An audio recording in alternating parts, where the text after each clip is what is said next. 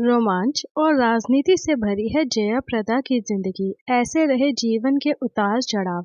70 और 80 के दशक की सफल अभिनेत्री जया प्रदा 3 अप्रैल 1962 को आंध्र प्रदेश में जन्मी बॉलीवुड एक्ट्रेस ने अपनी फिल्मी करियर में 200 से ज़्यादा फिल्मों में अभिनय किया है। दक्षिण फिल्मों से लेकर बॉलीवुड तक जया ने अपने अभिनय का लोहा मनवाया। जया प्रदा के पिता कृष्णा राव तेलुगु फिल्म के फाइनेंसर थे। जया के फिल्मी करियर की शुरुआत तेलुगु फिल्म भूमि कोसम से हुई थी। इस फिल्म के लिए जया प्रदा को केवल 10 रुपए मिले थे, लेकिन ये कहना जरा भी गलत नहीं होगा कि शुरू से ही जया प्रदा की जिंदगी चर्चाओं से भरी रही। जया का जीवन किसी न किसी वजह से हमेशा सुर्खियों में रहा है।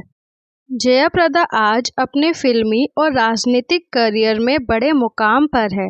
फिल्म मवाली, तोहफा, औलाद जया के करियर की मील का पत्थर साबित हुई। शायद ही आपको पता हो कि जया का असली नाम ललिता रानी है।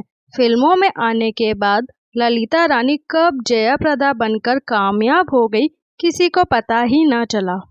जया की असल जिंदगी के बारे में बात करें तो साल 1986 में जब जया का करियर पीक पर था, उस दौरान उन्होंने निर्माता श्रीकांत नाहटा से शादी कर ली।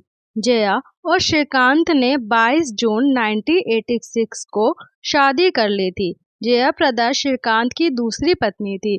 श्रीकांत की पहली पत्नी का नाम चंद्रा था और उनसे उनके 3 बच्चे भी हैं। श्रीकांत और जया प्रदा की शादी से काफी विवाद खड़ा हुआ, क्योंकि श्रीकांत ने अपनी पहली पत्नी को तलाक दिए बिना ही जया प्रदा से शादी कर ली थी।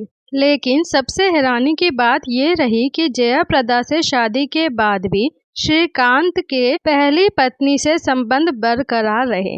जया प्रदा से शादी के बाद श्रीकांत से उनकी पहली पत्नी को बच्चे हुए। अपने फिल्मी करियर के सफर में जया को उस दौर से भी गुजरना पड़ा जब वह अपने को स्टार दिलीप ताहिल संग खूब चर्चा में आई थी।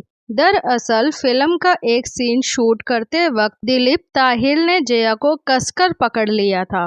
खुद को दिलीप के चुंगल से बचाने के लिए जया प्रदा ने उन्हें जोरदार थप्पड़ भी जड़ दिया था। इस घटना से वहां मौजूद लोग सन्न रह गए थे।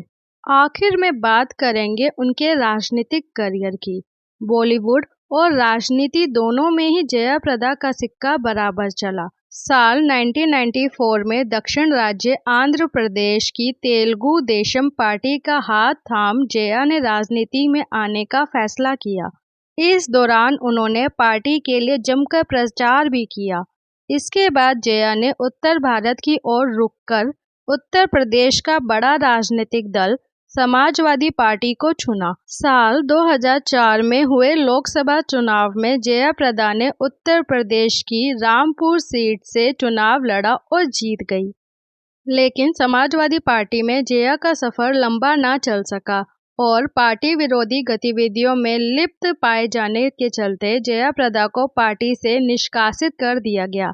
इसके बाद जया ने मार्च 2014 में राष्ट्रीय लोकदल पार्टी का दामन थामा। 26 मार्च 2019 को जया प्रदा भाजपा में शामिल हो गई। हालांकि जया प्रदा के लिए पार्टी बदलना कोई पहली बार नहीं है।